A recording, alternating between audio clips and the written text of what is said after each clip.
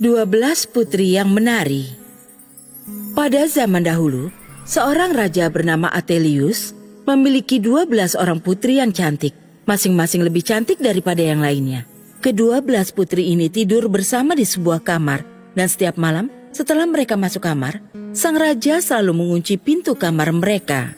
Namun setiap pagi, ketika raja membuka pintunya, dia selalu melihat bahwa sepatu mereka seperti habis dipakai berdansa, dan tidak ada seorang pun yang tahu apa yang terjadi. Maka pada suatu hari, raja pun bertitah. Aku dengan ini mengundang para sukarelawan. Bila ada pria yang bisa mengetahui kemana para putriku pergi dan menari setiap malam, dia boleh memilih salah satunya sebagai istri. Namun, bila ada sukarelawan yang gagal mengetahui kemana para putriku pergi dalam semalam, maka dia akan dihukum mati. Apakah ada yang bersedia? Tidak lama, banyak pangeran yang datang dan menawarkan diri menghadapi tantangan itu. Namun selalu gagal, dan tidak ada yang bisa tahu kemana ke-12 putri ini pergi setiap malam. Banyak lagi yang mencoba tantangan tersebut, namun semuanya berakhir mati. Lalu, Alkisah, ada seorang prajurit miskin bernama Maximus yang terluka dan tak bisa lagi mengabdi, yang kini memasuki kota tempat tinggal sang raja. Di sana, dia bertemu seorang wanita tua yang menanyakannya kemana dia pergi. Aku ingin mencoba mencari tahu kemana para putri itu pergi berdansa, supaya aku bisa menikah, menjadi raja dan kaya raya. Itu tidak sulit. Kau boleh minum anggur yang disajikan kepadamu sewaktu malam, dan harus berpura-pura tertidur lelap. Kemudian, wanita itu pun memberinya sebuah jubah dan berkata, bila kau mengenakannya, kau tidak akan terlihat, sehingga bisa mengejarnya. Dia pun menghadap sang raja dan menyatakan diri sebagai seorang pelamar.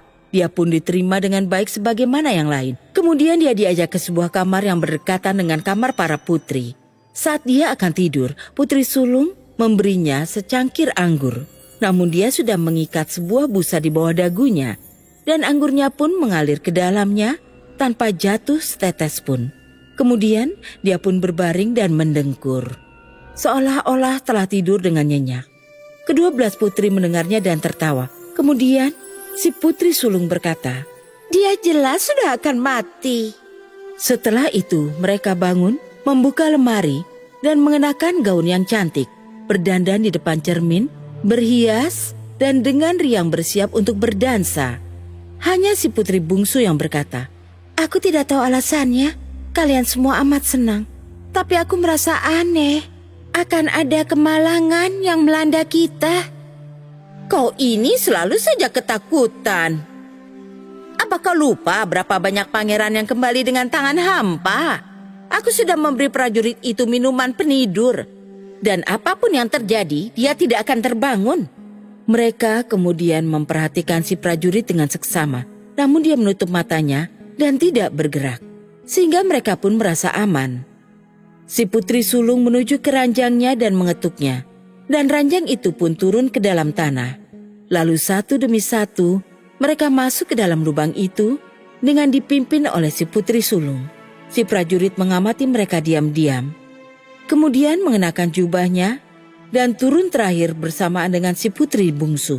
Di tengah tangga, secara tidak sengaja si prajurit menginjak ujung gaun si putri bungsu. Si bungsu pun terkejut dan menjerit.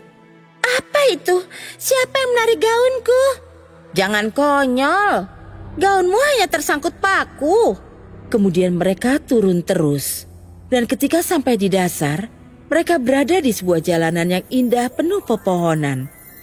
Seluruh dedaunannya terbuat dari perak yang berkilau dan mengkilap. Si prajurit pun berpikir, sebaiknya aku ambil satu cabang dan membawanya bersamaku sebagai bukti kemana kami pergi malam ini. Maka dia mematahkan salah satu cabangnya, membuat suara patahan pada pohon yang bagaikan letusan keras. Si putri bungsu kembali menjerit. Ada yang tidak beres, apakah mendengar letusan itu? Itu adalah pistol yang ditembakkan dalam sukacita karena kita telah singkirkan si pangeran dengan cepat. Setelah itu, mereka sampai di sebuah jalan berpohon dipenuhi dedaunan emas.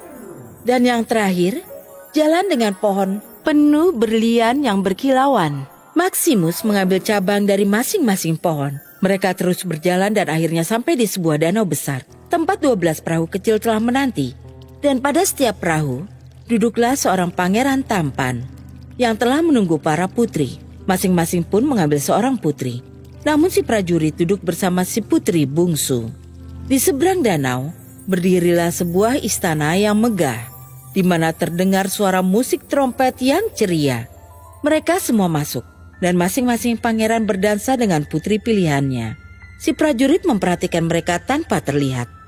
Mereka berdansa hingga pukul 3 pagi hari. Setelah semua sepatu mereka rusak berlubang dan mereka harus pergi, para pangeran pun mengantar para putri menyeberangi danau. Dan kali ini, si prajurit duduk bersama si putri sulung.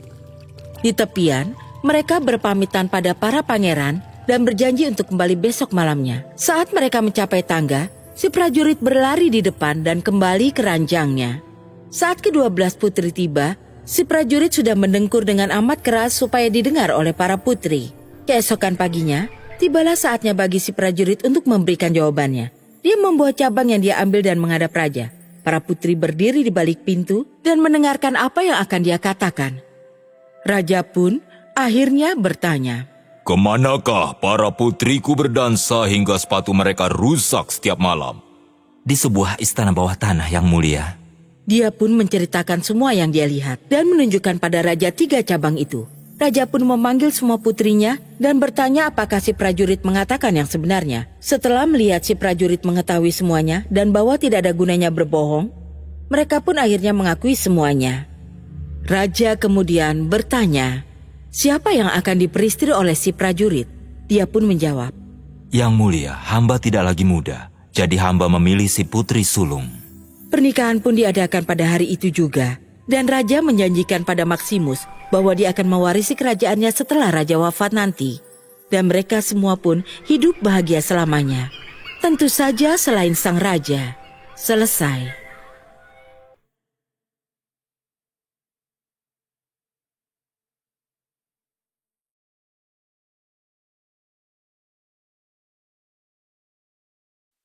Pada zaman dahulu kala, ada seorang raja yang memerintah kerajaan Yunan. Namanya adalah Raja Justin. Dia memiliki seorang putri yang teramat cantik bernama Stephanie. Ketika Stephanie mencapai usia menikah, raja memutuskan untuk memulai pembicaraan dengannya. "Stephanie, kamu adalah anak ayah satu-satunya dan ayah sangat mencintaimu. Sekarang ayah percaya sudah waktunya untuk menemukan pengantin lelaki yang layak untuk kamu.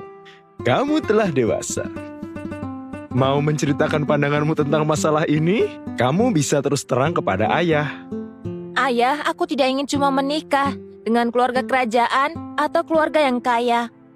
Aku ingin menikah dengan lelaki yang bisa membuat aku kagum, seseorang yang bisa membuat aku bahagia.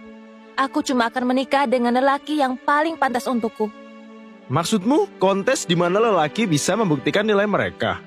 Ayah akan buat pengumuman di kerajaan yang menginformasikan tentang ini. Lelaki yang paling bisa membuat kamu terkesan dan membuktikan nilainya kepada kamu akan menjadi calon pengantin lelakimu." "Iya, ayah. Itulah yang aku inginkan. Kontes di mana aku bisa memilih pengantin lelaki yang pantas mendapatkan perhatianku. Aku ingin melihat seberapa jauh usaha seseorang untuk membuktikan nilainya." Seperti yang diperintahkan oleh raja, pengumuman pun dibuat di kerajaan. Lelaki manapun yang akan membawa hadiah untuk sang putri atau melakukan suatu prestasi yang paling membuatnya terkesan akan dinyatakan sebagai pemenang untuk menikahi sang putri. Nun jauh di sebuah desa di kerajaan, hiduplah 2 bersaudara. Tom adalah kakak laki-laki dan Hans yang lebih muda. Tom bertanya ke sekeliling dan mendapati bahwa putri sangat menyukai apel hijau. Untungnya, desa mereka adalah satu-satunya di kerajaan yang terkenal dengan apel hijaunya. Tom memutuskan untuk mempersembahkan apel hijau dari kebunnya sebagai hadiah untuk sang putri. Kemudian, dia memberitahu Hans tentang rencananya itu. "Hans, aku mengetahui bahwa ternyata Putri Stephanie menyukai apel hijau. Aku ingin menikahinya. Oleh karena itu, aku memutuskan untuk membawa 1 gerobak yang penuh dengan apel hijau ke istana kerajaan. Aku cukup yakin dia pasti akan terkesan dengan hadiahku dan memilih aku. Tom, sepertinya itu bukan ide yang bagus. Mengapa dia memilih untuk menikahi seseorang hanya karena dia memberinya apel favorit? Apel mungkin pilihan, tapi jelas bukan ajakan untuk bisa menikah dengan seseorang. Apa tidak ada ide yang lebih baik? Mungkin yang lebih mengesankan? Bisa apa kau soal membuat seorang gadis terpincut? Apa ada gadis yang pernah mau bicara denganmu? Aku yakin kalau nanti Putri Stefani pasti akan kepincut oleh hadiahku dan memilih aku sebagai pengantin lelakinya. Tom mengisi kereta kudanya yang berwarna putih penuh dengan apel hijau, dengan harapan besar akan bisa membuat Putri Stefani terkesan, dan dia pun berangkat sendirian menuju ke istana. Dalam perjalanan ke sana, dia bertemu dengan seorang lelaki tua. Orang tua itu bertanya kepada Tom, Tunggu anak muda, tolong hentikan gerobakmu sebentar, nak. Bisakah kamu mengantarkan aku sedikit lebih jauh di depan dengan keretamu ini? Tidak, aku tidak bisa membiarkanmu duduk di gerobakku. Kenapa anak muda? Apa yang telah kamu isikan di gerobak putihmu ini? Gerobakku penuh dengan sampah. Kamu mau duduk di atas sampah ini? Aku sudah bilang tidak, kan? Kamu mulai menggangguku sekarang. Jangan buang waktuku. Minggirlah, aku sedang terburu-buru. Oke. Semoga semuanya terjadi persis seperti yang kamu katakan. Setibanya Tom di istana raja, dan ketika Tom melihat isi di dalam gerobaknya, dia menemukan sampah bukan apel. Raja sangat marah pada Tom dan mengirimnya ke penjara. Adik laki-laki Tom, Hans, adalah lelaki yang beretika dan tulus. Setelah beberapa hari, ketika Tom tidak kunjung kembali ke rumah, tiap hari Hans bertambah khawatir. Sudah berhari-hari dan Tom belum kembali. Aku harap tidak ada hal buruk yang terjadi padanya. Sepertinya aku harus pergi ke istana dan mencari tahu apa yang terjadi pada Tom. Hans berangkat ke istana menaiki kudanya dengan tergesa-gesa. Dalam perjalanan, dia bertemu dengan lelaki tua yang sama. Hans berhenti untuk melihat, kemudian bertanya kepadanya. Bapak, apakah kamu pernah lihat adikku? Aku sudah mencarinya. Bisakah kamu menggambarkan seperti apa kakakmu itu? Mungkin nanti aku bisa memberi kamu beberapa informasi. Beberapa hari yang lalu, dia pergi dengan gerobaknya menggunakan rute yang sama persis. Rambutnya panjang dan sikapnya sombong. Iya, sekarang aku ingat. Si anak lelaki pemarah itu bahkan tidak tahu bagaimana berbicara dengan sopan. Tapi nak, memang aku telah melihatnya lewat di jalan ini. Tapi aku tidak pernah melihatnya kembali. Aku selalu duduk di sini, jadi aku bisa bilang dengan seyakin-yakinnya kepadamu.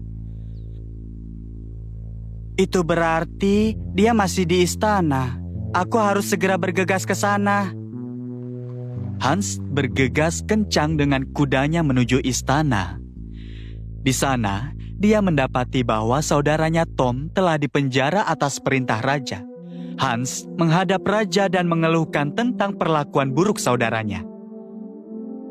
Rajaku, saudaraku Tom telah datang ke istana ini untuk meminang Putri Stefani lewat barang bawaannya. Dan dia datang ke istanamu ini dengan kereta penuh apel hijau.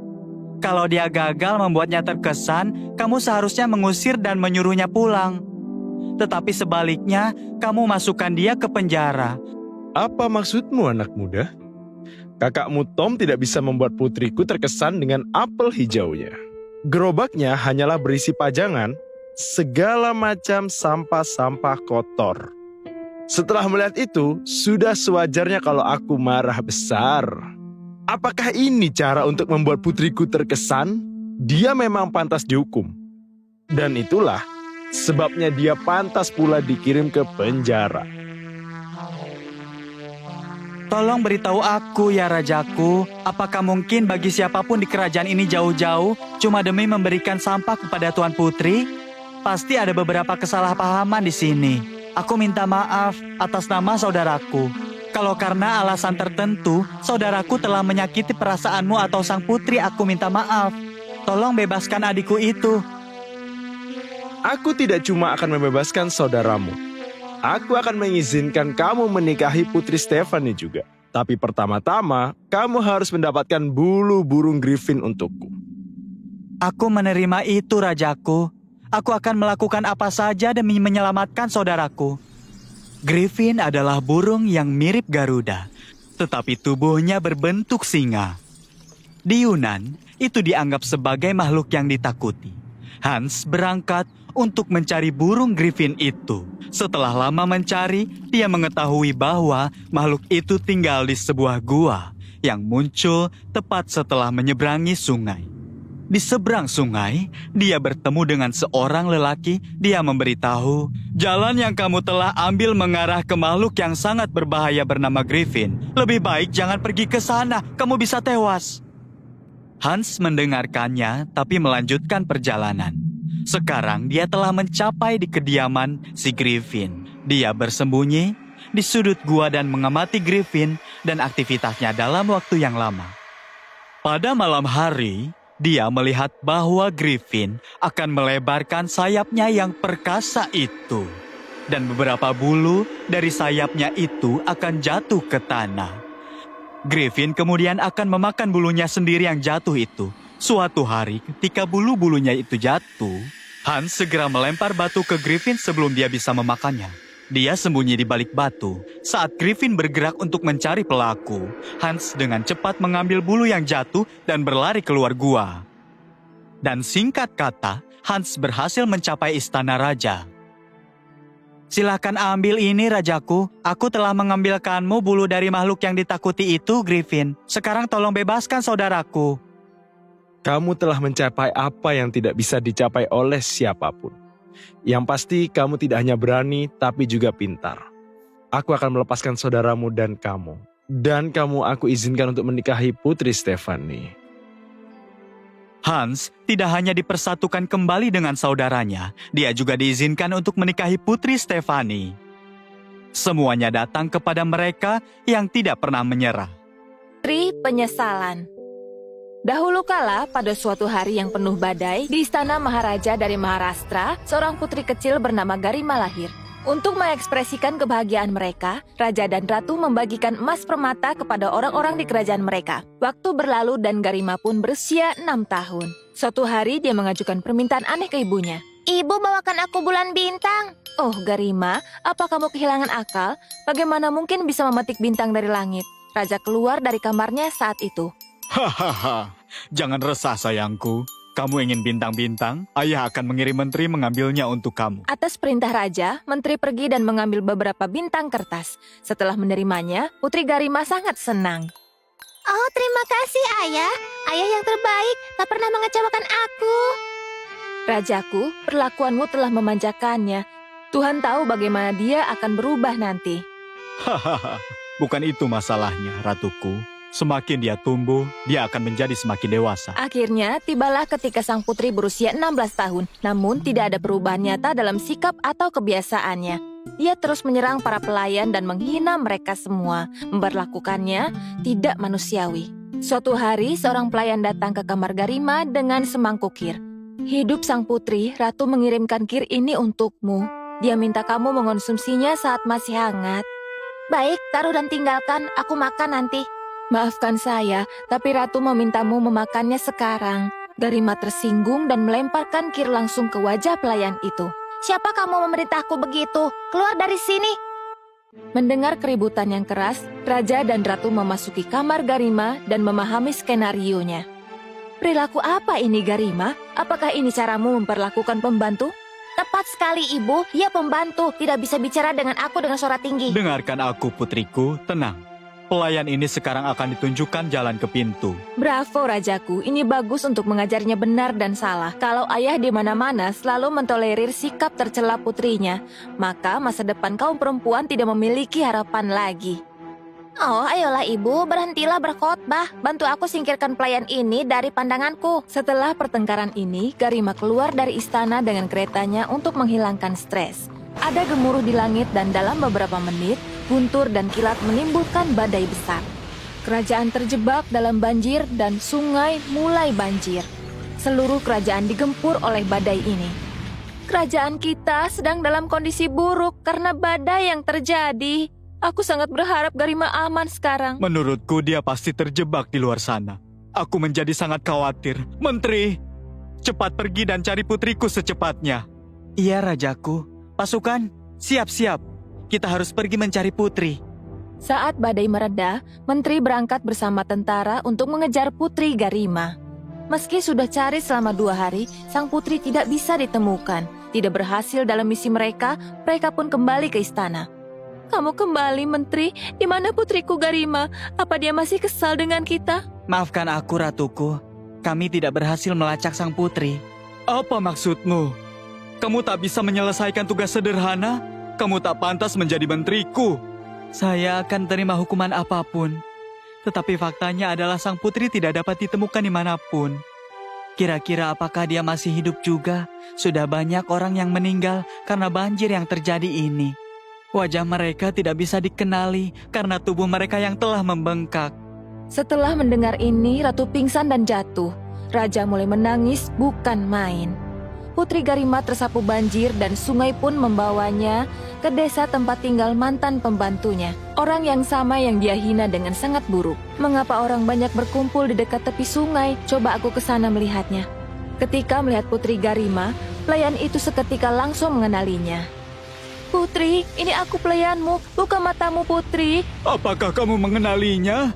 Iya, ini Putri Garima kita. Sepertinya dia tersapu banjir dan tak sengaja mendarat di sini. Tapi kenapa dia tidak bicara? Sepertinya dia pingsan. Setelah air dikeluarkan dari tubuhnya, dia pasti sadar. Bawa dia ke rumahmu. Itu pasti. Tolong bantu aku membawanya ke rumahku.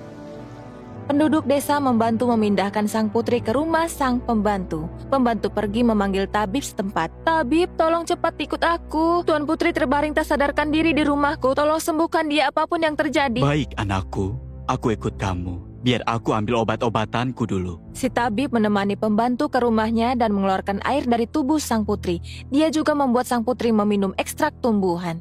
Jangan khawatir. Dia pasti sadar kembali tak lama lagi. Sementara menunggu, bisa aku minta secangkir teh? Aku akan pergi setelah itu. Iya, tentu tabib.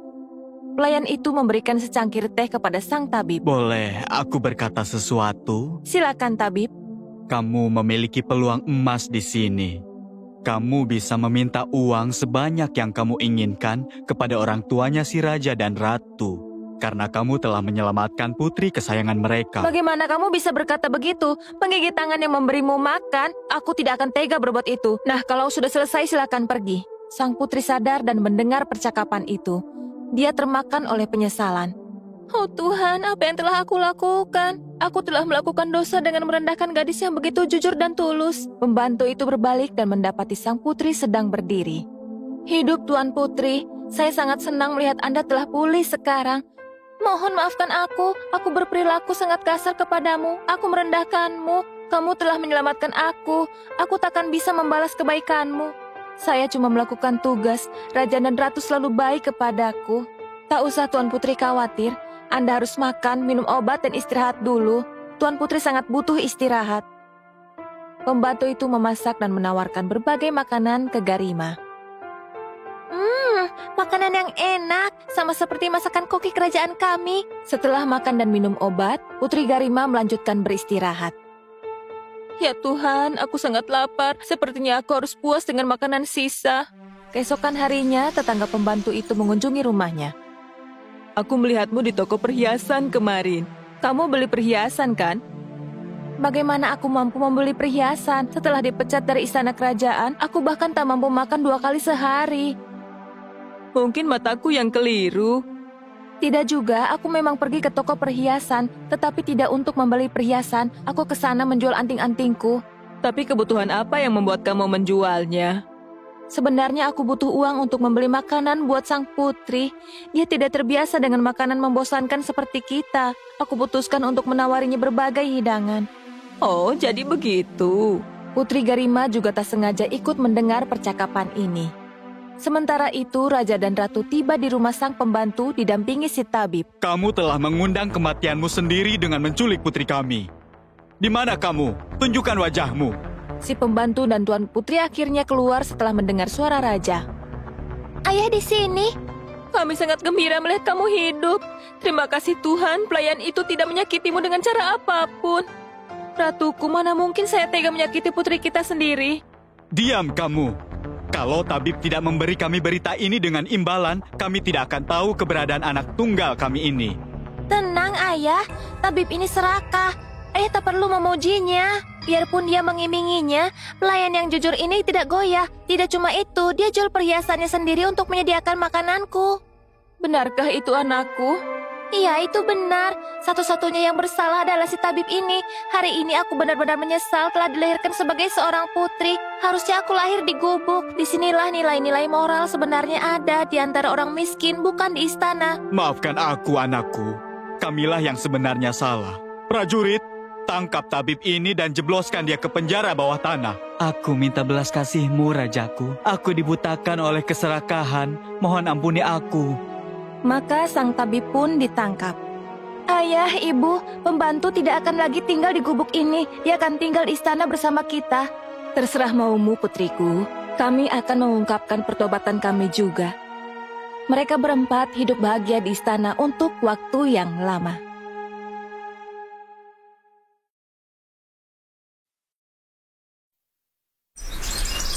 Gadis pemalas. Pada zaman dahulu di sebuah kerajaan yang dipimpin oleh seorang ratu, hiduplah seorang gadis pemalas bernama Zelda. Ibu Zelda yang miskin adalah tukang roti kerajaan. Dia bekerja hingga kelelahan, memanggang kue pilihan untuk menyenangkan sang ratu yang pemilih. Namun Zelda menolak membantunya. Dia merasa dirinya terlalu penting untuk melakukan pekerjaan apapun. Tak peduli berapa kali ibu Zelda memohon, si Zelda yang malas selalu punya alasan. Akhirnya, dia pun mendapat pekerjaan untuk memintal benang warna merah yang diperintahkan oleh ratu untuk diikatkan di sekeliling masing-masing kotak kue kerajaan. Namun Zelda mengeluh dan merajuk hingga akhirnya ibunya melakukan tugas itu sendiri. Pekerjaan itu amat membosankan. Zelda menghela nafas dan dia pun hanya duduk saja hari demi hari. Lalu pada suatu pagi, ratu memerintahkan membuat kue prem 5 tingkat untuk piknik mendadak bersama pangeran. Para tukang roti panik, berusaha menyelesaikan tugas yang mustahil itu. Mereka semua takut akan amarah sang ratu, juga penjara bawah tanahnya. Begitu suara langkah ratu terdengar di luar, para pekerja bergegas memasukkan kue yang telah selesai ke kotaknya. Namun tak ada benang kerajaan untuk mengikatnya. Cepat Zelda, pintalkan sedikit benang. Mendengar permintaan itu, Zelda pun mengeluh dengan amat keras yang membuat semua orang di sana bergidik. Termasuk ratu dan juga putranya yang saat itu kebetulan masuk. Apa yang terjadi di sini? Ratu berbicara dengan suaranya yang berwibawa dan menggelegar. Dapur pun menjadi sunyi. Hingga ibu Zelda maju. Khawatir Zelda akan dihukum. Ibunya pun berbohong. Anakku ini adalah pekerja keras. Aku tidak bisa menyuruhnya berhenti memintal. Kami bertengkar siang malam karena kita akan segera kehabisan rami. Mata ratu berbinar dan dia pun tersenyum. Aku suka pekerja keras. Serahkan putrimu padaku dan dia bisa memintal sekehendak hatinya. Semua orang senang dengan ide ini. Ratu mencari wanita pekerja keras untuk dinikahkan dengan putranya yang tidak berguna. Ibu Zelda senang karena akhirnya Zelda mendapat pekerjaan. Lalu Zelda berpikir dia akan mendapatkan kehidupan mewah yang dia dambakan. Ratu lalu membawa Zelda ke sebuah menara, di mana di sana ada 3 kamar yang penuh berisi rami kerajaan dalam berbagai warna dari lantai hingga langit-langit. Pintal semua ini menjadi benang yang indah. Setelah selesai, kau boleh menikahi putraku. Melihat di sekitarnya, Zelda pun tertawa. Ratu tidak mungkin menyuruhku bekerja.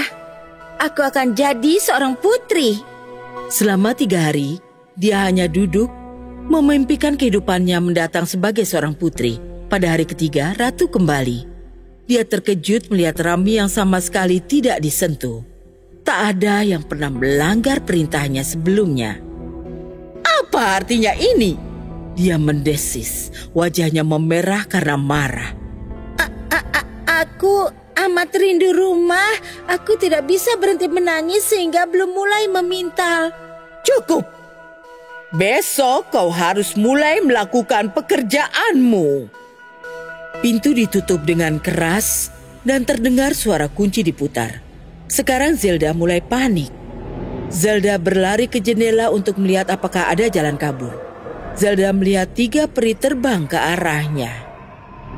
Seorang peri punya kaki besar yang datar, yang satunya punya lidah yang menjulur dari mulutnya, dan satunya lagi punya jempol yang besar. Mereka berhenti di depan jendela. Ada masalah apa? Zelda menceritakan kisahnya kepada para peri itu. Berhentilah menangis. Kami akan memintal semua Rami ini untukmu, namun ini kesepakatannya.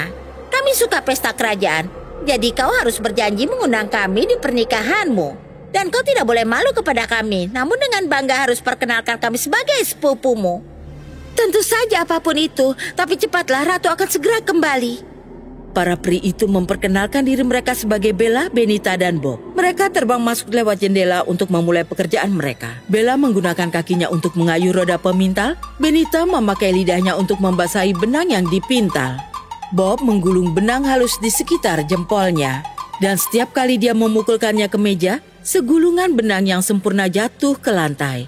Sepanjang siang dan malam, para peri ini memintal. Sementara Zelda tertidur lelap. Saat Ratu datang keesokan harinya, Zelda dengan cepat menyembunyikan ketiga peri itu. Lalu, dengan meriah dia mempersembahkan gulungan demi gulungan benang Rami yang dipintal sempurna. Hasil kerja Zelda ini cukup untuk membuat Ratu yang amat dingin tergerak hatinya. Begitu ruangan pertama kosong dari Rami, para peri beralih ke ruangan kedua, kemudian ketiga. Pada hari berikutnya, seluruh 3 ruangan sudah penuh terisi benang pintal. Setelah itu, para peri hebat ini pun selesai dan berpamitan.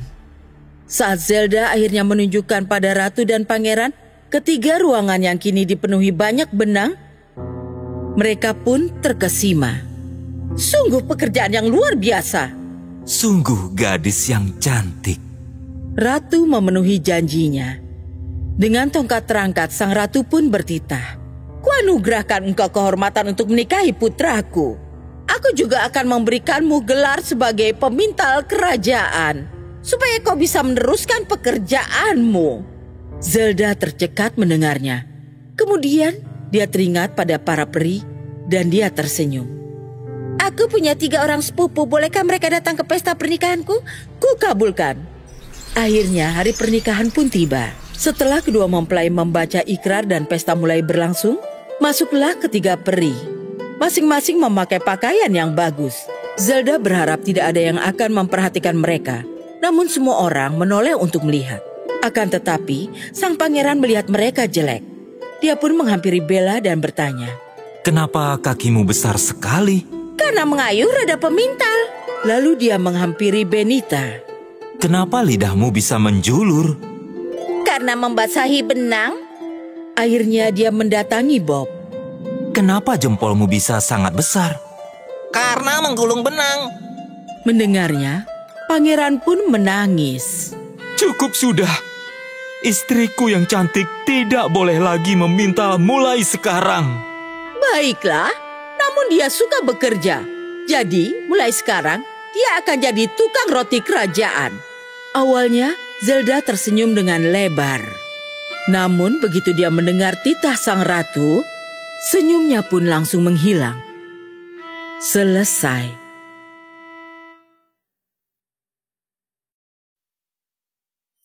Ratu yang tak sabaran. Pada suatu ketika, di sebuah kerajaan yang jauh, Raja Robert hidup bersama istrinya tersayang Ratu Maria. Robert dicintai oleh seluruh kerajaan karena baik hati.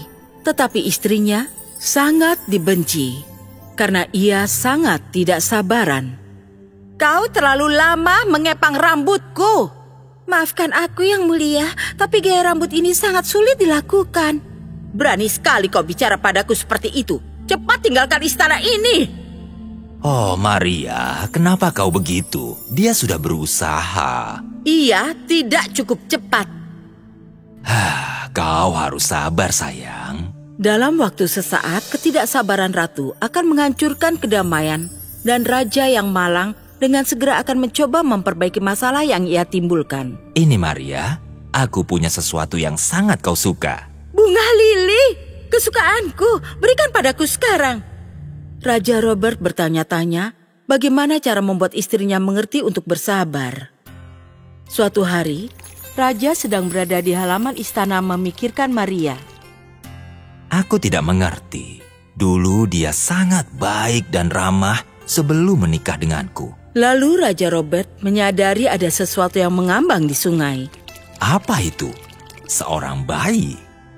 Dari mana datangnya? Oh, malang sekali. Ayo kita bawa ke rumah. Astaga, di mana Robert? Sudah lama ia tidak terlihat. Maria, lihat, aku temukan seorang bayi mengapung di sungai. Seorang bayi? Tapi bagaimana dia bisa ada di sana? Lihat, ada sebuah catatan. Kepada siapa saja yang menemukan bayiku, tolong rawat ia dengan baik. Raja dan ratu merasa bingung, namun menerima tanggung jawab dan pemberian bayi yang berharga. Raja sangat menyukai bayi itu dan memutuskan untuk membawanya ke istana. Kau akan diberi nama Diana. Diana adalah anak yang hangat dan penyayang. Dan setelah beberapa tahun, ia tumbuh menjadi gadis yang cantik. Ada sebuah mahkota ajaib istimewa yang tersimpan di istana, tapi tidak pernah bersinar selama beberapa tahun. Suatu hari, Diana pergi berkeliling ke seluruh istana. Menyusuri banyak ruangan, ia mendatangi menara terlarang. Wow, tempat ini tinggi sekali. Oh, pintu besar apa ini? Ia mendekati dan mendorong pintu yang misterius. Oh, ini berat sekali. Mengapa ada sebuah mahkota di sini? Saat ia berjalan mendekat, mahkota tiba-tiba mulai bersinar. Sebaiknya aku beritahu ayah dan ibu tentang ini. Diana, ayah sudah bilang agar menjauh dari sana. Tapi ada sebuah mahkota di sana dan mahkotanya bersinar. Bersinar? Bersinar?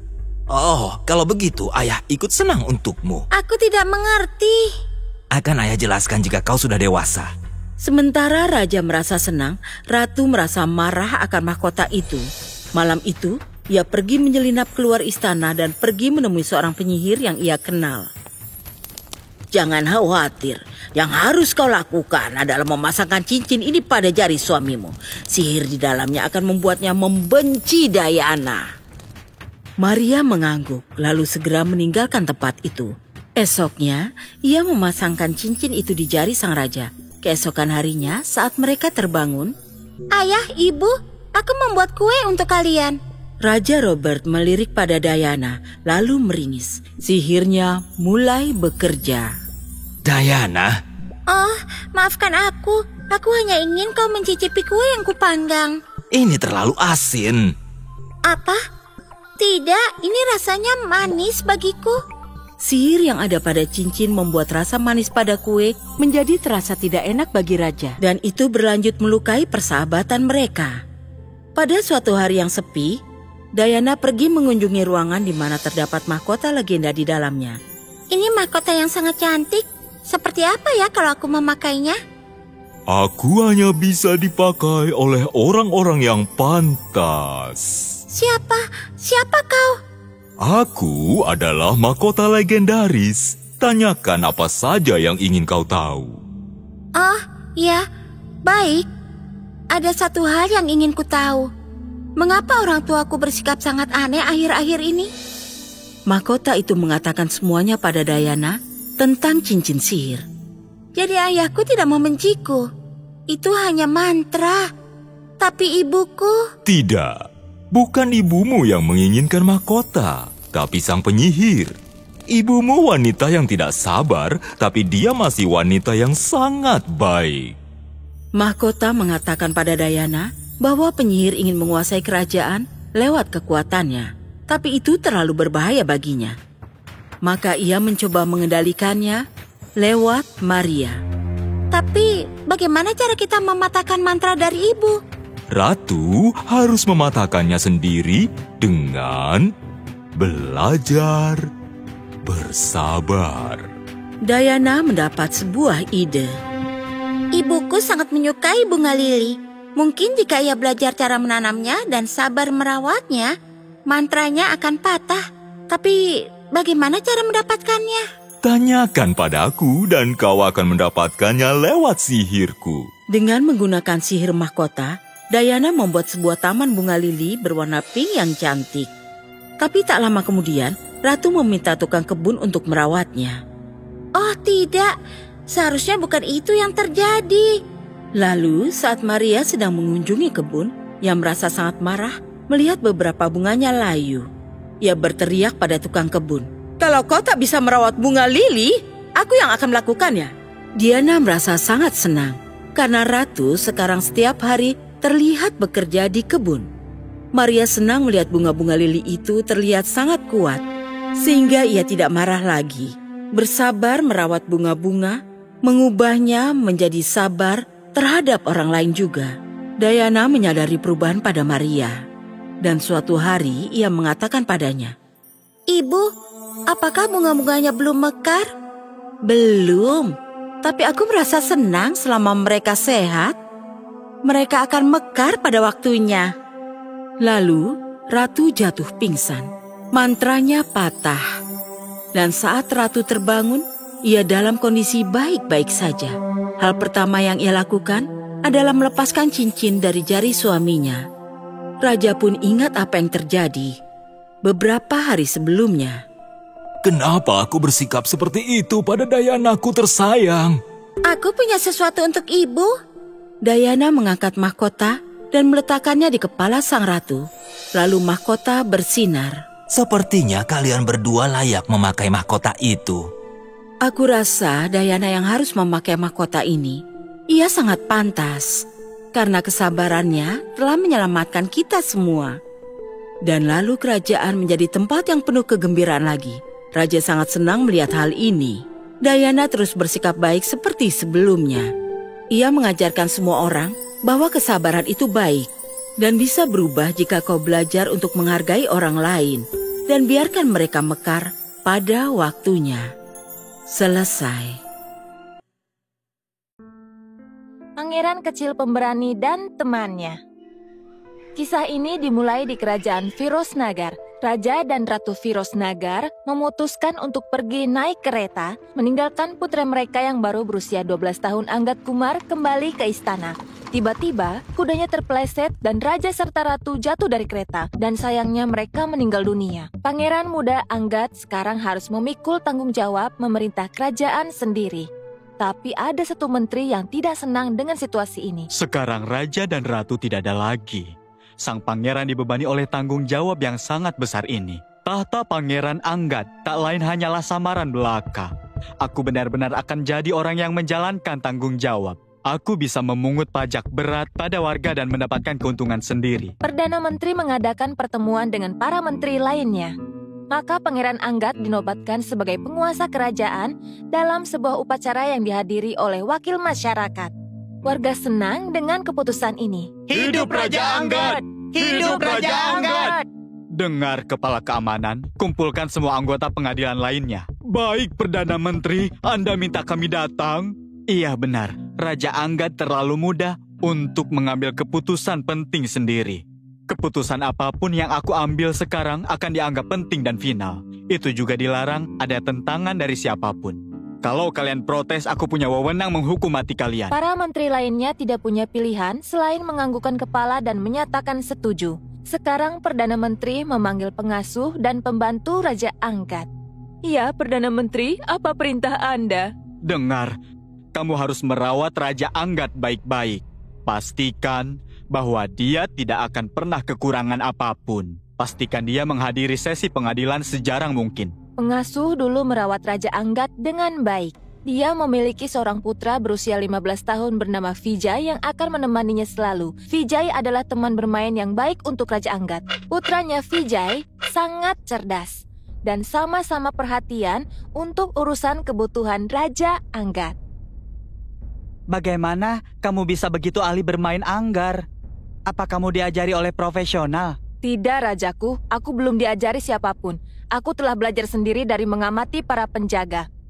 Kamu mau mengajari aku juga? Ya, kenapa tidak? Aku akan mengajari Anda semuanya.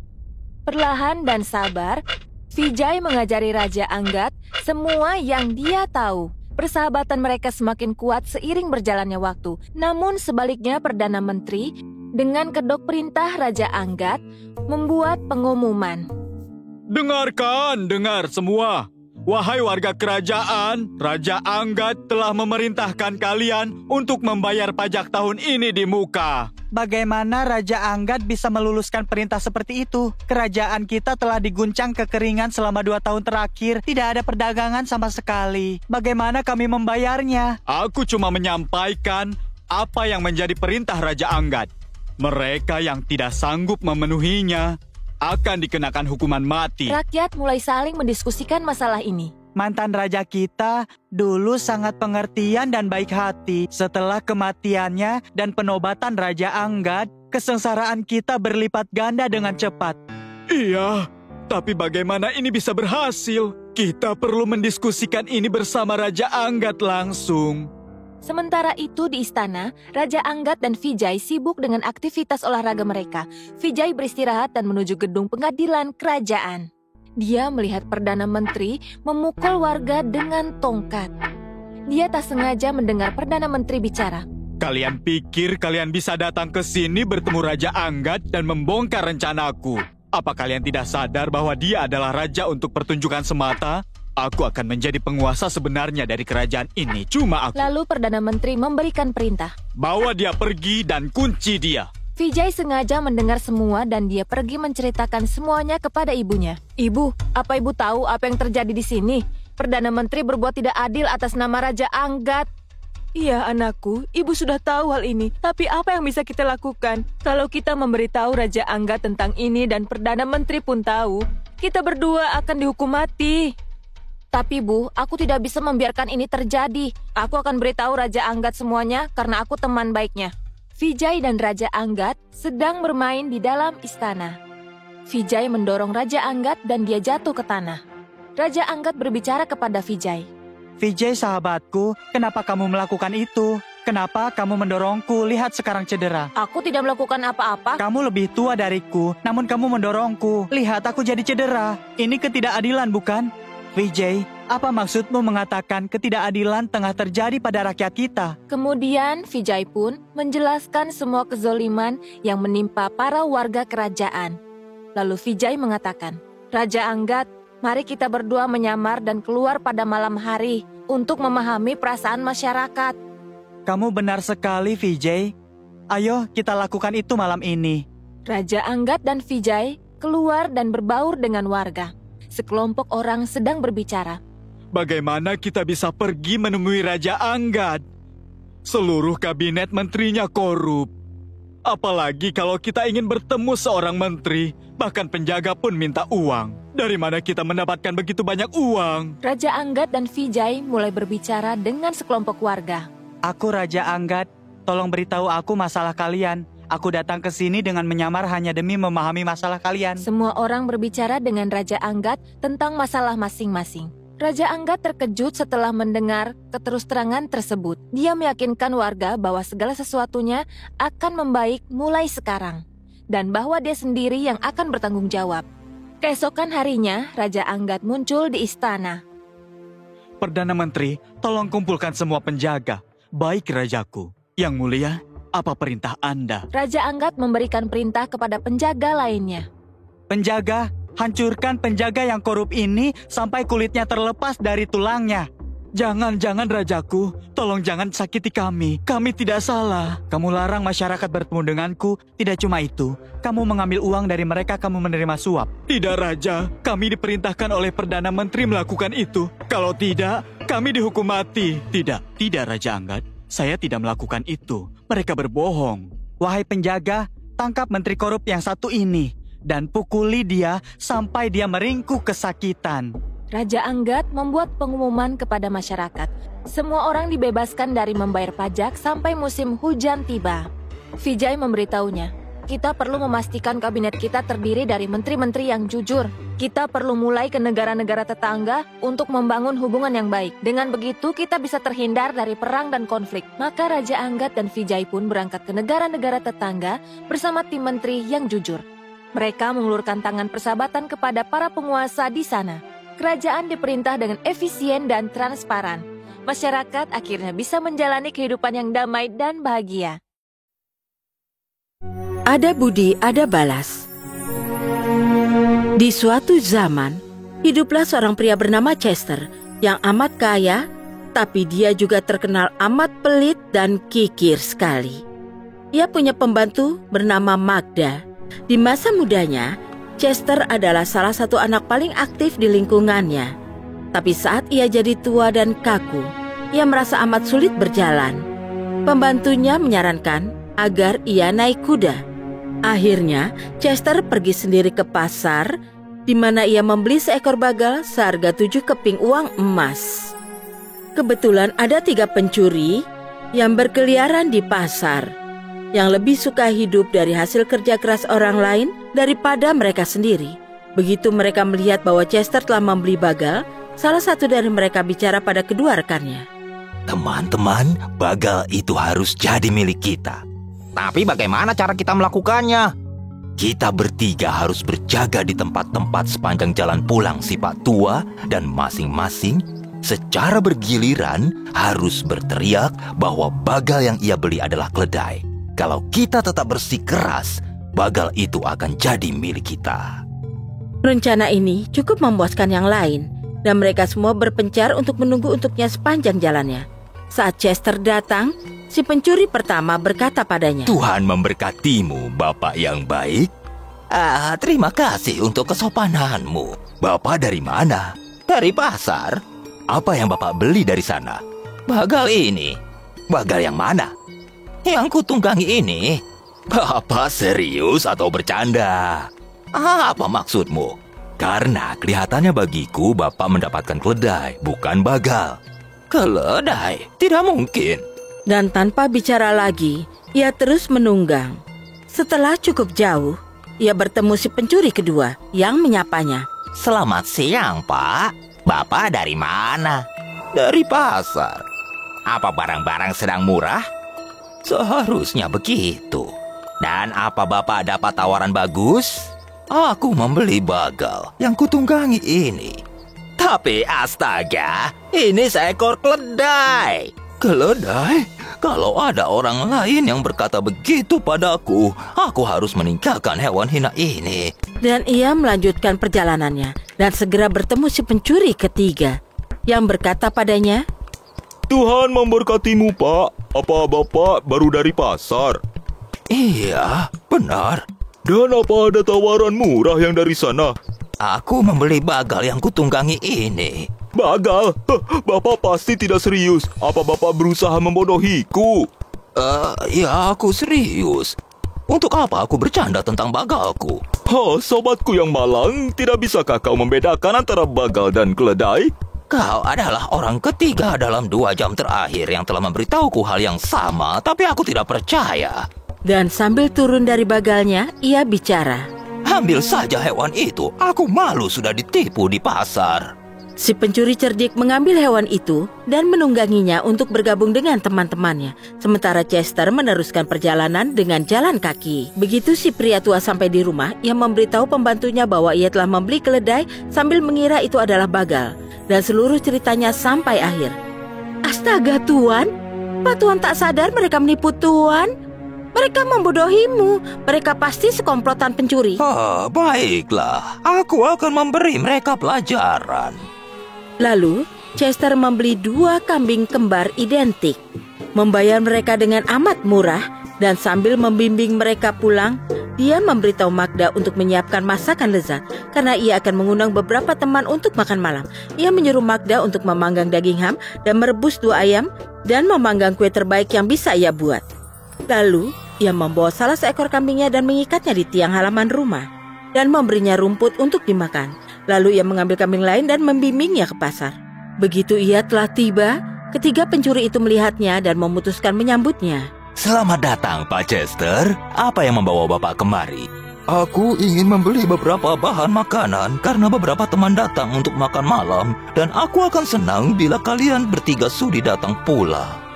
Para pencuri itu dengan senang menerima undangan ini. Dan setelah Chester telah selesai belanja, ia mengikatnya di punggung kambing dan berkata padanya di depan ketiga penipu, Pulanglah sekarang dan beritahu Magda untuk memanggang ham, merebus ayam, dan membuat kue terbaik yang bisa dia buat. Pergilah cepat, kami akan menyusul. Begitu ia melepaskan kambingnya, kambing itu lari secepat yang ia bisa. Dan Chester berjalan dengan ketiga orang itu untuk sementara di pasar. Dan lalu mereka semua berjalan ke rumahnya. Saat ia dan para tamunya memasuki halaman rumah, mereka melihat kambing itu terikat di tiang, dengan tenangnya mengunyah rumput. Mereka terpukau pada ini, karena tentunya mereka mengira itu adalah kambing yang sama yang Chester bawa pulang, penuh dengan bahan makanan. Begitu mereka tiba di rumah, Chester berkata pada pembantunya, Nah, Magda, apa kau sudah melakukan yang kubilang pada kambing untukmu? Si wanita cerdik memahami tuannya dan menjawab, Tentu sudah, hamnya sudah dipanggang dan ayamnya sudah direbus. Bagus sekali. Saat ketiga penjahat itu melihat masakan-masakan daging itu dan kue dalam oven dan mendengar kata-kata Magda, mereka takjub dan mulai berunding bagaimana mereka bisa memiliki kambing itu. Akhirnya, menuju akhir makan malam, salah satu dari mereka berkata pada Chester, Tuan rumah, juallah kambing Bapak pada kami. Chester menjawab bahwa ia sangat tak ingin berpisah dengan hewan ajaib itu karena uang sebanyak apapun tak akan bisa mengganti kehilangannya. Tapi, tetap saja bila mereka ingin, dia akan menyerahkannya seharga 50 keping uang emas. Para pencuri membayar 50 uang emas seketika dan pergi dari rumah itu cukup gembira, membimbing si kambing bersama mereka. Saat mereka pulang, mereka bicara pada istri-istri mereka. Jangan masak makan malam besok sampai kami mengirim pembawa pesan pulang. Keesokan harinya, mereka pergi ke pasar dan membeli ayam. Dan setelah mereka mengemasnya di punggung si kambing ajaib, mereka memberitahukan masakan-masakan yang mereka ingin istri mereka buatkan. Sesaat setelah kambing itu dilepas, dia lari secepat yang dia bisa. Saat jam makan malam tiba, mereka bertiga pulang dan menanyai istri mereka. Oh, dasar kau orang bodoh! Bagaimana kalian bisa percaya bahwa seekor kambing bisa melakukan tugas pembantu? Kalian telah tertipu mentah-mentah untuk perbuatan kalian pada orang lain. Itulah yang disebut ada budi, ada balas. Tamat.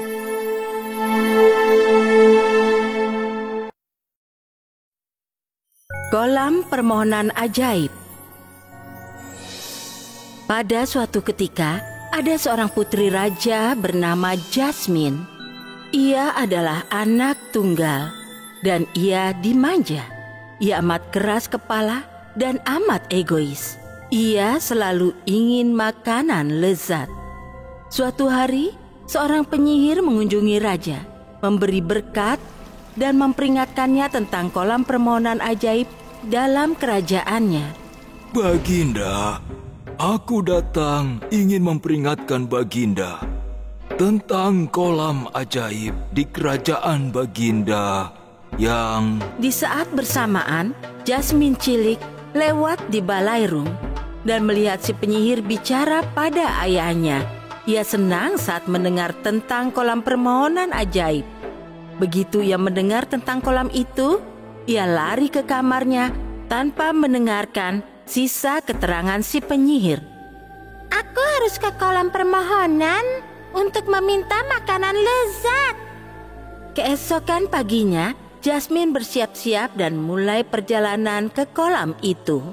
Di tengah hari, ia tiba di sana dengan sedikit uang emas dalam kantungnya. Ia ingin memohon banyak hal, seperti kue lezat, es krim, hamburger, pizza, ayam goreng, coklat, biskuit, dan banyak lagi. Tapi saat ia membaca papan peringatan di tepi kolam, ia jadi kecewa. Tulisannya, satu permohonan tiap orang. Kolam ajaib, kabulkanlah permohonanku. Beri aku guci yang akan beri aku makanan. Tiba-tiba, guci ajaib muncul dari kolam itu. Teriring bisikan. Inilah permohonanmu yang dikabulkan. Ikuti perintahku atau itu takkan bekerja. Kau harus ucapkan 3 mantra. Ting, tong, tuang. Lalu guci ajaib akan mulai membuat makanan lezat. Itu akan memuaskan kelaparanmu. Tapi jangan lupa bilang stop, guci stop. Kalau tidak, itu akan membuat makanan tanpa henti. Baik, apalah? Jasmine kembali ke istananya. Ia sangat penasaran tentang guci ajaib itu dan mengucapkan mantranya. Ting tong tuang, aku ingin kue dan puding coklat. Secara ajaib, pot itu mulai membuat banyak puding dan kue coklat. Jasmine memakannya seolah ia kelaparan. Hari demi hari berlalu. Ia minta setiap jenis makanan yang bisa ia pikirkan. Ia mulai tambah gemuk banyak. Suatu hari, raja mengunjunginya. Ia melihat anak gendut makan paha ayam dan menghampirinya. Ia tak sadar itu putrinya sendiri hingga ia sudah dekat. Ia terkejut dan berkata, Oh, putriku sayang, apa yang telah kau lakukan? Ayah, beberapa hari yang lalu aku mengunjungi kolam ajaib dan meminta guci makanan ajaib. Sejak hari itu, aku memohon makanan. Dan kemarin malam aku lupa mantra untuk menghentikan guci itu. Raja menyadari betapa egois dan rakusnya dia. Raja memeluk putrinya yang menangis dan berkata, Putriku, kau tidak pernah mendengar siapapun. Aku tahu kau mendengar penyihir bicara tentang kolam ajaib, tapi kau pasti tidak mendengarkan semuanya. Baginda, aku kemari untuk memperingatkanmu tentang kolam ajaib dalam wilayahmu yang mengabulkan permintaan. Tapi itu semua ada akibatnya. Itu kolam ajaib jahat. Sebaiknya Baginda segera menghancurkannya. Kini kau tahu, putriku, mengapa ini terjadi. Lalu, raja memanggil para prajuritnya dan memerintahkan, Ambil guci itu dan bakar itu. Segera, para prajurit menjalankan perintah. Mereka menaruh guci itu di perapian dan melihatnya sampai itu meleleh dan jadi abu. Setelahnya, putri raja mulai berolahraga tiap hari dan dengan cepat kembali seperti semula. Setelah itu, mereka hidup bahagia selamanya. Moral cerita ini, jangan bertindak kalau baru dengar separuh ceritanya. Tamat. Si kodok dan si belalang. Suatu ketika, 2 sahabat hidup dalam hutan hujan Amazon. Nama mereka si belalang dan si kodok. Mereka bersahabat baik, tapi mereka tak pernah mengundang ke rumah masing-masing dengan alasan apapun. Suatu hari, mereka duduk di tepi danau. Si belalang dan si kodok berbaring telentang, bersisian, menatap langit. Hari yang indah. Ya, benar. Apa kau sering kemari? Sesekali. Aku lebih sering ada dalam sumur. Ya, aku tidak suka sumur. Terlalu gelap. Datanglah sesekali untuk mengunjungiku. Aku punya ide. Datanglah ke sumur untuk makan malam. Istriku akan menyiapkan masakan istimewa. Aku akan menyalakan lilin. Kumohon katakan ya. Ya tentu, mengapa tidak? Baik, aku harus pergi mempersiapkan semuanya. Sampai nanti. Setelah si kodok pergi, si belalang terus menatap langit biru, memikirkan akan pakai apa malam nanti. Malam itu, si belalang tiba di sumur. ada lilin menyala. Si kodok duduk di meja dan istrinya menyambut si belalang. Silakan masuk, Pak Belalang. Rumah yang bagus, Bu Kodok. Terima kasih, sayang, temanmu datang. Suruhlah dia masuk. Silakan duduk di meja makan. Makan malam siap. Si belalang dan istri si kodok telah duduk di meja makan. Aku senang kau datang. Rumahmu bagus dan tidak terlalu gelap seperti dugaanku. Oh, tidak. Biar aku nyalakan lilin. Wah, kau baik sekali. Terutama karena aku tidak suka di tempat gelap. Aku sudah cuci kaki depanku. Kau lakukanlah yang sama. Ada baskom air di sana. Oh, baik. Si belalang mencuci kaki depannya dan membuat suara nyaring. Sobat, tidak bisakah kau tidak bersuara? Si belalang duduk di meja dan berusaha makan tanpa menggesek kaki depannya. Tapi itu mustahil. Kau menggesek lagi. Diamlah. Aku tidak bisa makan dengan berisik begitu. Maafkan aku, sobat. Sayang, sikapmu kasar. Si belalang jadi marah. Aku tidak bisa makan. Lagi pula, aku tidak lapar. Oh, tapi... Maaf ya, Pak Belalang. Oh, tidak apa-apa, Bu Kodok. Begini saja, datanglah ke rumahku besok untuk makan malam. Aku akan senang. Maafkan aku, tapi aku punya acara lain besok malam. Acara lain apa? Ingat kan, aku berjanji untuk menjaga kecebong-kecebong adikku besok malam. Oh, iya. Aku lupa itu. Aku akan datang sendirian saja. Si belalang berdiri dan melambai pamit. Jangan terlambat. Tentu tidak. Si belalang pergi dan si kodok meneruskan makan malamnya. Keesokan harinya, saat makan malam, si kodok melompat ke rumah si belalang. Oh, aku merasa tidak enak. Kemarin malam aku kasar pada temanku. Aku salah memperlakukannya seperti itu. Begitu aku tiba di sana, aku akan minta maaf. Si kodok tiba di rumah si belalang. Wah, kau tepat waktu. Halo, sobat. Aku datang lebih awal karena aku ingin bilang. Si belalang menyela si kodok. Jangan bicara lagi. Mari masuk, ikutlah makan malam. Tapi aku ingin mengatakan sesuatu. Si belalang menyela si kodok lagi.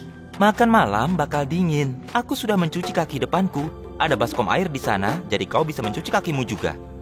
Oh, bagus. Aku sudah lapar. Si kodok melompat ke baskom air dan cuci kaki.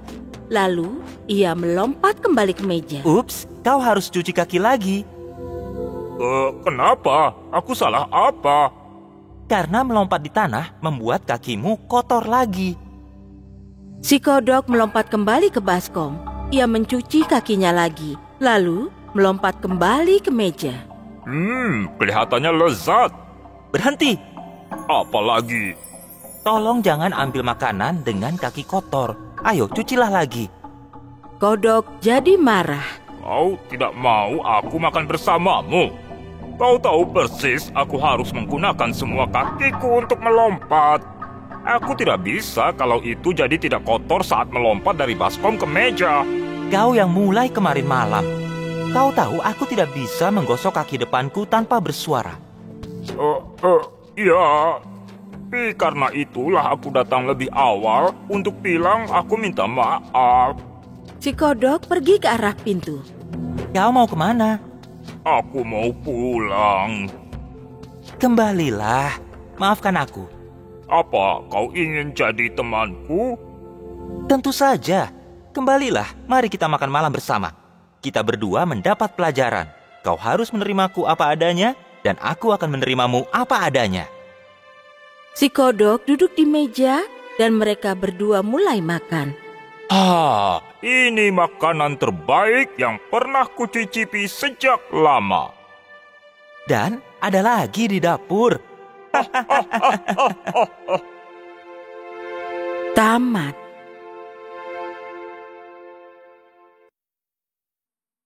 Jika Anda menyukai cerita ini, tekan suka dan langganan channel kami. tekan tombol like on untuk mendapat informasi terbaru dan jangan lupa untuk berkomentar. Putri yang bercahaya. Pada zaman dahulu, hiduplah seorang raja yang sakit karena sihir jahat. Menurut mantra itu, hanya satu hal yang bisa menyelamatkannya, yaitu tanah dari liang kelinci yang telah berusia setidaknya 10 tahun. Bisa kita tebak bahwa mantra ini amat susah untuk dipatahkan. Aku akan ke ujung dunia untuk menemukannya. Pangeran menuju ke hutan untuk mencari liang kelinci. Dia telah lama berkuda namun tidak melihat seekor kelinci pun. Hingga tiba-tiba ada seekor kelinci yang melintas di depannya. Kelinci itu memasuki sebuah gua diikuti oleh sang pangeran. Dan ternyata gua itu milik seorang raksasa jahat. Siapa yang datang ke sini? Rupanya ada pangeran. Beraninya kau memasuki guaku. Aku perlu tanah dari liang kelinci. Tolong izinkan aku mendapatkannya. Nyawa ayahku bergantung pada itu. Setelah itu aku akan pergi. Apa kau pikir aku bisa ditipu? Kau tidak boleh kemana-mana. Raksasa pun memasukkan pangeran ke dalam kerangkeng. Lepaskan aku! Tolong lepaskan aku! Selama 2 hari, pangeran terjebak dalam kerangkeng. Dia coba untuk keluar, namun tidak bisa. Dia amat khawatir akan ayahnya. Pada malam kedua, kerangkeng itu tiba-tiba terbuka. Pangeran melihat cahaya yang aneh, dan dia melihat seorang gadis. Itu adalah gadis paling bercahaya dari seluruh dunia. Akulah kelinci yang tempo hari kau ikuti. Raksasa telah menyihirku sehingga aku menjadi kelinci setiap siang dan kembali menjadi putri saat malam hari. Cepat, raksasa sedang keluar. Larilah sebelum dia kembali dan ambillah tanah ini dari liang kelinci berusia 10 tahun untuk ayahmu. Pergilah sekarang. Bisa kau ulangi lebih pelan lagi? Raksasa sedang pergi. Kau ingin aku lari? Benar? Sebelum dia kembali? Iya. Lalu kau ingin aku membawa tanahmu? Sebaiknya kau lakukan sekarang ya. Apa kau 10 tahun? Iya. Sebagai kelinci usiamu 10 tahun? Iya. Baik, terima kasih. Berikan tanahmu. Ini dia. Tuangkan, sedikit lagi. Oh, dan apa ada yang bisa kulakukan untuk menolongmu?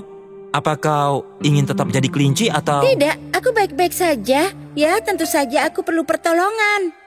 Baik, apa yang bisa kulakukan?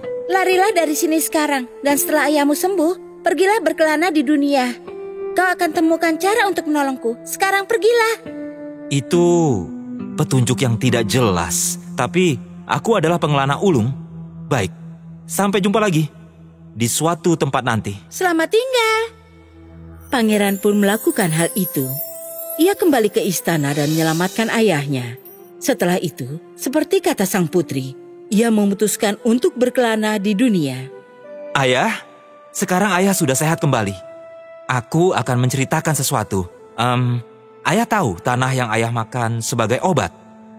Aku mendapatkannya dari seekor kelinci. Namun ini bukan kelinci biasa. Kelinci ini sebenarnya adalah putri yang dikutuk menjadi kelinci setiap siang hari. Kita langsung ke intinya saja. Aku harus meninggalkan ayah dan pergi berkelana keliling dunia hingga menemukannya kembali. Itulah yang dia katakan padaku. Namun akan kupikirkan lagi. Aku mencintaimu, ayah. Senang ayah telah sehat kembali. Masih ada tanah di peti es. Anakku, ayah mengerti.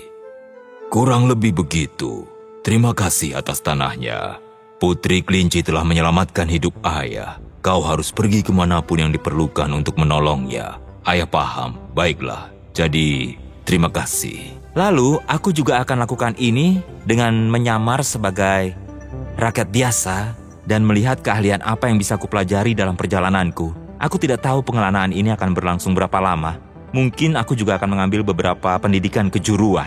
Baiklah, ayah doakan yang terbaik. Semoga berhasil. Maka pangeran pun meninggalkan istana menyamar sebagai remaja biasa. Dia berkelana jauh dan suatu ketika dia bertemu dengan seorang nelayan di sebuah penginapan. Hei, anak muda, aku belum pernah melihatmu di sini. Apakah orang baru? Iya, aku ingin menjadi ahli. Maksudku mempelajari keahlian. Aku ingin belajar keahlianmu. Kalau begitu, ikutlah denganku. Aku perlu bantuan pemuda yang kuat sepertimu. Kau ingin jadi nelayan? Iya. Maka pangeran pun pergi bersama nelayan dan mempelajari keahlian menangkap ikan. Setelah beberapa hari, setelah pekerjaan selesai, nelayan pun berkata, "Jala ini diberikan padaku oleh seorang penyihir. Tidak ada yang bisa lolos dari jala ini.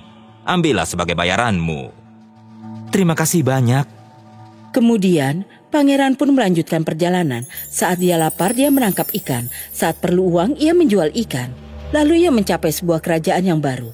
Istananya bersinar dengan ribuan cahaya terang di waktu malam. Dia pun bertanya kepada seseorang yang lewat. "Kawan, aku orang baru di sini. Tolong ceritakan, kenapa istana ini dihias?" Istana ini dihias setiap malam. Sang raja adalah seorang ayah yang sangat bangga dengan kecantikan putri kami. Dan raja menantang pada setiap wanita yang bisa bersinar melebihi putrinya. Kenapa kecantikannya sangat ditekankan? Itu hanya kebanggaan seorang ayah. Oh, baiklah. Pangeran pun menuju ke ruang tahta. Yang mulia, hamba tahu seorang gadis yang bisa bercahaya seperti matahari. Hamba tahu, hamba melihat seorang gadis. Dia cantik dan bercahaya. Dia bagaikan memancarkan sinar mentari. Maafkan hamba tidak berpikir sebelum menghadap. Yang mulia, hamba tahu seorang gadis yang bisa bersinar seterang mentari. Nelayan, ku beri kau waktu seminggu. Bawa gadis itu ke sini. Iya, baik yang mulia. Maka pangeran pun kembali ke hutan dan menemukan jalan ke gua raksasa. Dia kemudian memasuki gua. Mereka bertarung dengan sengit sebelum akhirnya pangeran menangkap raksasa dengan jalannya. Dan si raksasa pun dimasukkan ke penjara. Pangeran lalu menjemput sang putri dan keduanya pun keluar dari gua bersama. Pangeran memberitahu kepada putri mengenai sang raja dan putrinya. Kini setelah aku menyelamatkanmu, kita harus tuntaskan misi ini untuk membantu si putri malang ini. Dia amat jemu mendengar ayahnya terus menyombongkan kecantikannya. Seluruh istananya dihias. Kau harus melihatnya. Bagaimana? Baiklah, aku mengerti. Sepertinya itu ide bagus. Perjalanan. Baiklah, jadi bagaimana kita bisa membuat mantra sihir si raksasa? Kutukan yang membuatmu menjadi kelinci ini supaya hilang selamanya. Kita harus melakukan itu. Tentu saja. Jadi mantranya bisa musnah bila aku berjalan melalui kabut emas. Saat berwujud wanita atau kelinci? Entahlah. Kita coba saja dua-duanya. Berapa lama lagi waktumu? Maka mereka pun menuju ke kerajaan. Mana gadis yang kau bilang lebih cantik daripada putriku ini? Yang mulia, untuk memunculkannya, hamba perlu kabut emas dari ruang harta Baginda. Apa Baginda punya semacam botol penyemprot? Karena sang raja amat ingin melihat sang putri yang bercahaya, maka dia pun bertitah. Berikan dia semangkuk debu emas. Debunya harus ditiupkan melalui pipa ke udara supaya debunya menyebar seperti kabut emas. Ini adalah bagian dari penampilan putri yang tercantik di dunia. Yang mulia, dia membuang waktu kita, juga debu emas Baginda. Bila dia membuang waktu kita, dia akan membayarnya. Maka debu emas pun diisikan ke dalam pipa. Lalu para hulu balang meniupnya sehingga debunya menyebar seperti kabut emas tebal. Kemudian tibalah sang putri. Dia berjalan keluar dari kabut emas. Mantra yang mengutuknya pun sirna. Dan seluruh kerajaan terkagum-kagum dengan kecantikannya. Tuan Putri, kau benar-benar wanita paling bercahaya di dunia. Kau sudah lihat, Ayah? Sekarang berhentilah menyombongkan kecantikanku kepada semua orang. Maafkan ayah, sayangku. Pangeran pun menceritakan semuanya kepada raja. Sang raja pun mengantarkan mereka kembali ke kerajaan sang pangeran, di mana mereka menikah dan hidup bahagia selamanya. Raksasa tidak pernah lagi mengganggu mereka. Namun mereka juga selalu berhati-hati supaya tidak bepergian ke dekat guanya lagi. Selesai.